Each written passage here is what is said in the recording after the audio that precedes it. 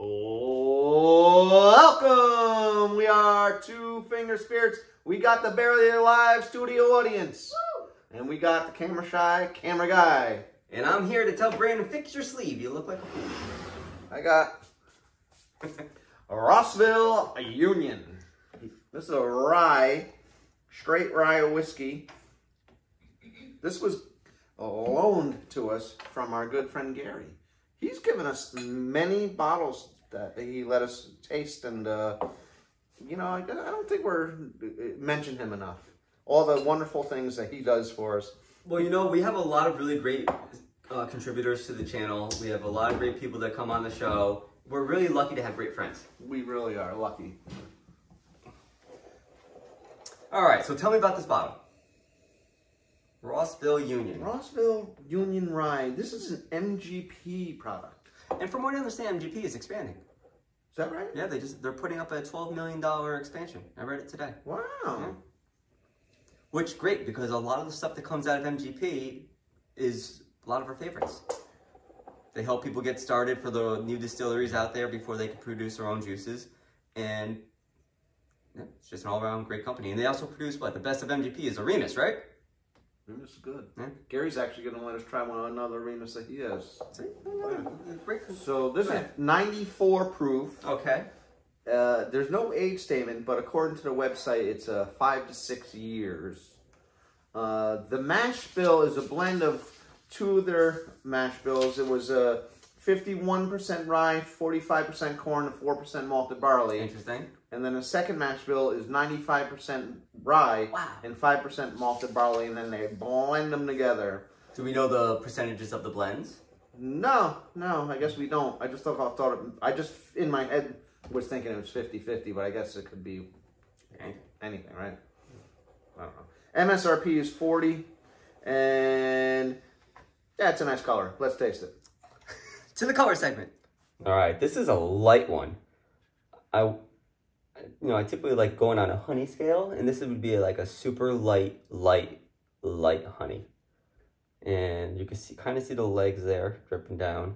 What do you think, Brandon? I'm already tasting it over here at the bar. Oh, okay, here I come. You're supposed to be swirling. You're done? Oh, yeah. You're done with that? No.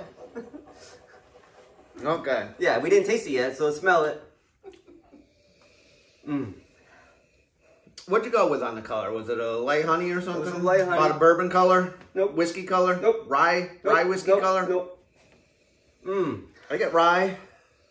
I get tea. Heavy rye, vanilla. A little bit of fruit.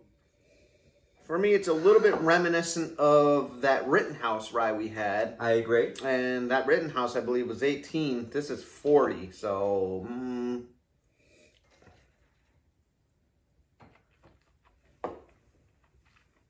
tasting it.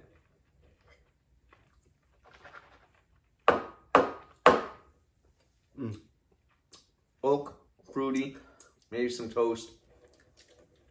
Not a lot going on. 94 proof, burns like a 94. Finish. Maybe a little lighter than that. Finish is longer than I thought it would be. Especially for 94 proof. Yeah. I'll tell you what, legs though. are running. It's not very viscous. Very light on the mouth. On the finish, I'm still just getting the oak and maybe a little bit of light leather. Yeah, I could agree with that. No cinnamon at all. Because that cinnamon typically turns me off. This one doesn't have any cinnamon to it. It's a little fruity. Like a Maryland style rye. You think? Oh yeah, like the Sagamore. Like that Rittenhouse. And the Sagamore. Was the Rittenhouse not a Maryland style? Sagamore was a Maryland. Sagamore was a Maryland. It's kind of one-dimensional, right? Right. Keep it in stock? No, I wouldn't. 94 proof? And maybe because, I'd like to try it in a cask strength. Oh, lucky me. So this was given on loan to this was given to me by my friend Kay Smitty. I misspoke. No, you were on the. Oh, okay. This one was on loan to us from Gary. Okay. So Kay Smitty gave you the 94 proof, and Gary gave you the loaned us the 112 cask strength. proof, the cask strength. 112, huh? Let's mention Kay Smitty is also another great contributor to the channel. We're very fortunate to have him watching, commenting, And he likes to submit a... He's given us a few bottles to taste. He's been helpful. He's a hell of a guy. Yeah. I'm going to save everyone the details of this. It's slightly darker than the 94 proof. You don't want to put them right up there on the whiteboard, huh? You want to get into it? I don't think I can go take a nap while you go through your little spiel there. This one smells a lot more pleasant. I get like roses. Roses? I beg your pardon. I never promised you a rose garden. So really quick, to proof down a 112 to around the 94, not that I know any math, but it'd be roughly about 20% of what you pour would be water. So if you pour 50 milliliters, you would need 10 milliliters of water to proof it down to around 94.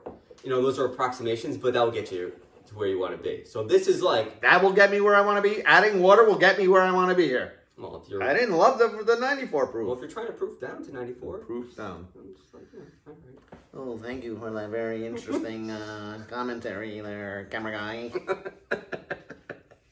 All right, what do you smell? Oh, we already talked about it. I don't get much different. I get tea, oak, fruit, leather. Leather's the new component, I think. I got leather on the finish, but not on the nose or the palate, and now I'm getting leather on the nose. Well, I'm going to sip it.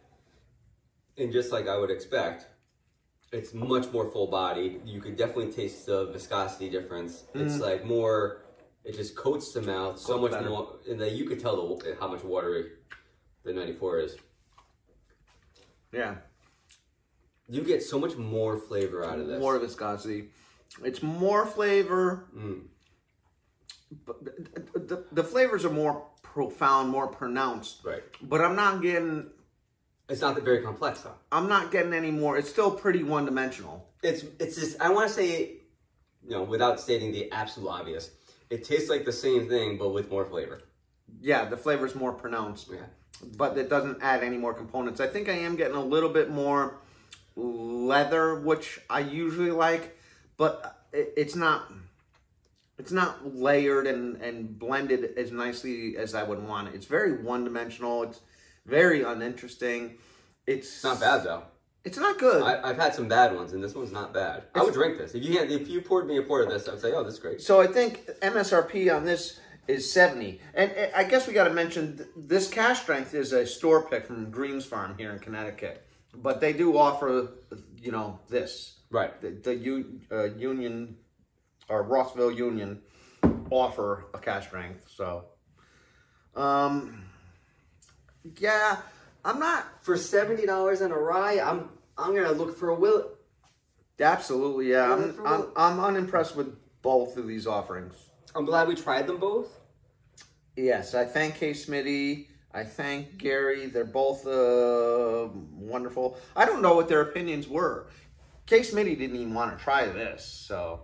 And I think Gary, he gave this to us open, so I think he tried it, and he's curious to what we think about it. Maybe he can comment and tell us what he thinks. Gary, in the comments, tell us how you liked it. Anything else you want to add? No. Yeah, so I think a fitting quote for this one is, "He who laughs at himself never runs out of things to laugh about." Yeah, like honestly, I know that quote because I laugh at myself all day long, and so does everyone else.